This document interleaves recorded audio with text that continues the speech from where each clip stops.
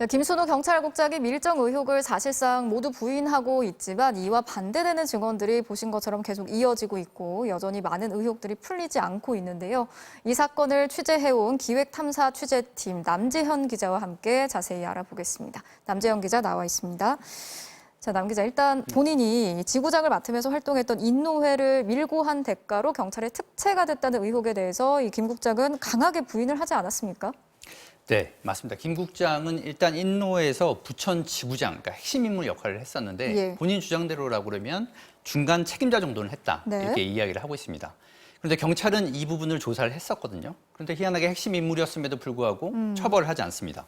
그리고 한 달 만에 특별 채용을 하게 되는 거죠. 예. 그럼 이 특별 채용 과정이 과연 적절했느냐, 이 의혹에 대해서 김 국장은 부인만 하고 있을 뿐이지 구체적인 설명을 하고 있지 않습니다. 네. 그리고 뿐만 아니라 인노회 사건이 시작된 것, 즉 회원들이 연행된 건 89년 1월이거든요. 그런데 김 국장이 잠적했다고 주장하는 4월로 보면 한 2달여쯤 앞선 시점입니다. 그렇네요. 그럼 그 뜨는 기간 내에 과연 이른바 밀정 활동을 한 것이 아니냐라고 동료들은 주장을 하고 있는데 이 부분에 대한 것도 구체적인 해명은 없었습니다. 역시 해명이 없는 상황.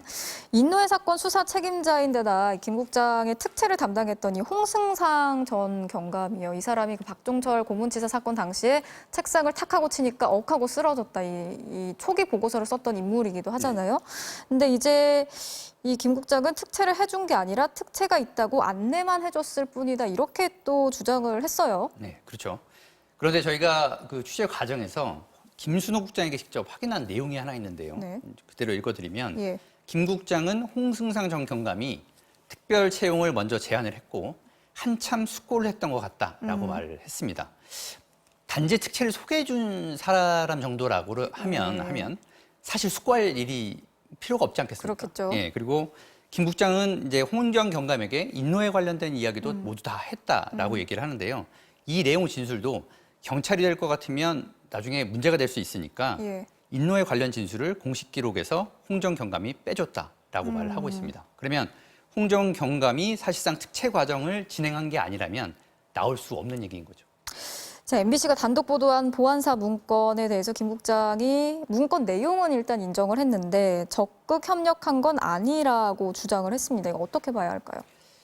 김 국장도 일단 자신은 녹화 공작 피해자다라고 얘기를 하고 있습니다. 그래서 변호사를 선임해서 피해 구제 절차를 밟겠다. 그래서 저희 취재진에게 밝힌 바 있는데요. 예. 사실 느닷없이 이제 강제 징집이 돼가지고 아주 폭압적인 상황에서 동료들을 밀고 해야 되는 상황에 놓이는 건 국가폭력 피해자가 맞습니다. 예. 그런데 이 같은 처지에 놓인 사람들이 모두 김 국장처럼 행동한 건 아닙니다. 그렇죠. 예를 들자면 녹화 공작 피해자들 중에는 보안사 감시망을 피해서 노동 현장에 다시 투신한 사람들이 있고요. 그리고 너무 깊은 자괴감에 은둔 생활을 하거나 다른 생활, 심지어 유명을 달리하신 분들도 있습니다.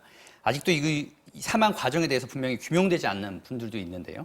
어제 저희가 전해드렸던 녹화 공작 피해자도 같은 말씀들을 하고 계십니다. 예. 그러니까 김 국장이 노동 현장에 있다가 어느 날 갑자기 동료들을 검거하거나 처벌하는 입장에 섰다면 예. 이 과연 같은 피해자로 볼 수 있는지 이 부분에 대해서 생각이 좀 필요하고요. 그리고 김 국장이 억울한 부분이 있다면 자신이 규명할 부분들을 투명하게 공개하고 해명할 필요가 있습니다. 예, 여기까지 듣겠습니다. 기획탐사 취재팀 남재현 기자였습니다.